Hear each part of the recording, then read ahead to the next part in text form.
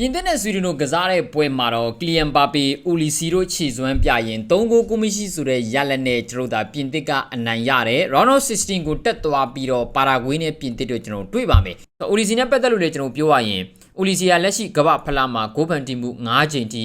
လှုပ်ထားပြီးတော့ဒါအများဆုံးပါ။ကလီယန်ပါပေကလည်းဥစမန်ဒမ်မီလီကိုဂိုးဖန်တီမှုတွေလှုပ်ပေးခဲ့တာတွေကျွန်တော်ရှိတယ်။ကျွန်တော်ရှေ့ပွဲဒီမှာပေါ့နော်။ဆိုတော့ကလီယန်ပါပေကသွင်းဂိုးဆိုလို့ရှိရင်6ဂိုးထိရှိလာပြီးတော့လီယိုနယ်မက်ဆီနဲ့